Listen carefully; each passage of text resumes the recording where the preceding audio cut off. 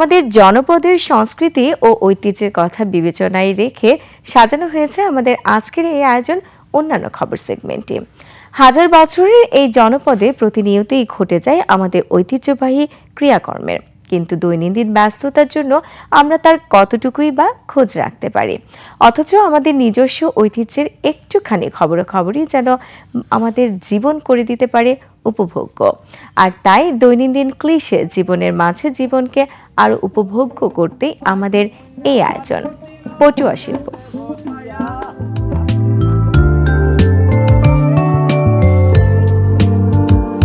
পটুয়া শিল্প বাংলার প্রাচীনকালে এর শিকড় প্রতীত, যেখানে এটি গ্রামীণ সম্প্রদায়ের মধ্যে গল্প বলার জন্য একটি ভিজুয়াল মাধ্যম হিসেবে কাজ করেছিল। পটুয়া শব্দটি শিল্পীকে বোঝায় যারা ঐতিহ্যগতভাবে স্ক্রোল চিত্রশিল্পীদের একটি নির্দিষ্ট সম্প্রদায়ের অন্তর্গত।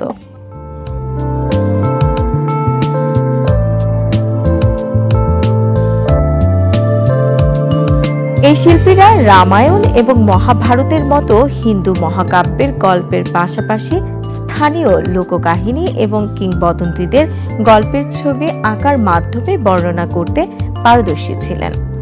মধ্যযুগীয় সময়ে রাজকীয় পৃষ্ঠপোষকতায়, বিশেষ করে প্রাচীন বাংলায় পাল রাজবংশের শাসনামলে শিল্পের বিকাশ ঘটে।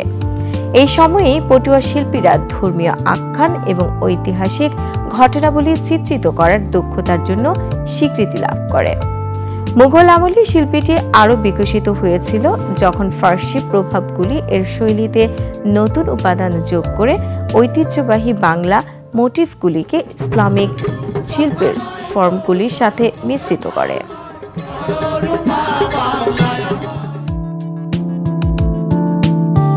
পটুয়া শিল্প খনিজ, উদ্ভিদ এবং ফুল থেকে প্রাপ্ত প্রাকৃতিক রঙ্গক ব্যবহার করার অনন্য কৌশল দ্বারা চিহ্নিত করা হয়।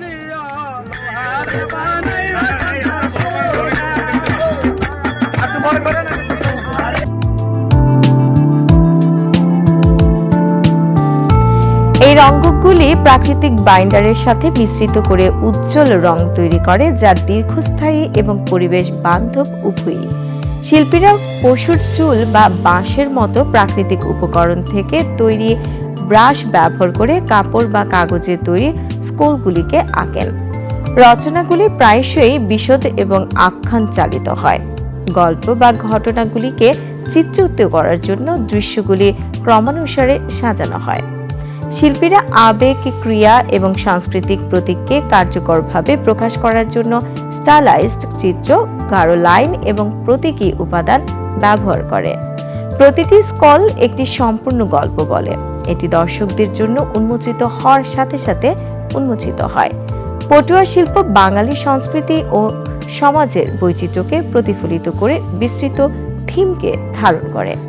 Double million offer, Walton fridge কিনে পেতে পারেন 20 লক্ষ টাকা, রয়েছে কোটি কোটি টাকার নিশ্চিত উপহার। হিন্দু দেবদেবী, পৌরাণিক আখ্যান এবং ধর্মীয় উৎসবের দৃশ্যের বর্ণনা সহ ধর্মীয় থিমগুলি প্রাধান্য পায় এখানে। বীরত্বপূর্ণ কাজের গল্প, নৈতিক শিক্ষা এবং সামাজিক ভাষ্যগুলিও বৈশিষ্ট্যযুক্ত, যে সম্প্রদায়ের মূল্যবোধ এবং বিশ্বাসগুলি তাদের তৈরি করেছে তার অন্তর্দৃষ্টি প্রদান করে। প্রকৃতি হলো আরেকটি পুনরাবৃত্ত থিম, যেখানে উদ্ভিদ, প্রাণী এবং ল্যান্ডস্কেপের প্রাণবন্ত উপস্থাপনা, যা বাংলার প্রাকৃতিক পরিবেশের সৌন্দর্য ও সমৃদ্ধির উদ্রেক করে। শিল্পীরা প্রায়শই দৈনন্দিন জীবন থেকে অনুপ্রেরণা আঁকেন, গ্রামীণ বাংলার দৃশ্য, লোক ঐতিহ্য এবং আচার অনুষ্ঠানগুলিকে চিত্রিত করেন, যা এই অঞ্চলের সাংস্কৃতিক পরিচয়ের অবিচ্ছেদ্য। পটুয়া শিল্প বাংলার সমৃদ্ধ সাংস্কৃতিক উত্তরাধিকারের একটি প্রমাণ হিসাবে দাঁড়িয়ে আছে। শৈল্পিক উৎকর্ষতাকে মিশ্রিত করে গল্প বলার ঐতিহ্যের সাথে, যা বহু শতাব্দী ধরে।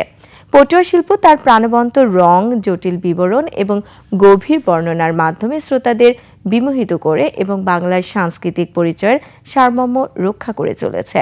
এই শিল্পকলার সংরক্ষণ এবং প্রচারের প্রচেষ্টা বৃদ্ধির সাথে সাথে পটুয়া শিল্প বাংলার প্রাণকেন্দ্রে স্থিতিস্থাপকতা, সৃজনশীলতা এবং সাম্প্রদায়িক চেতনার প্রতীক হিসেবে রয়ে গেছে।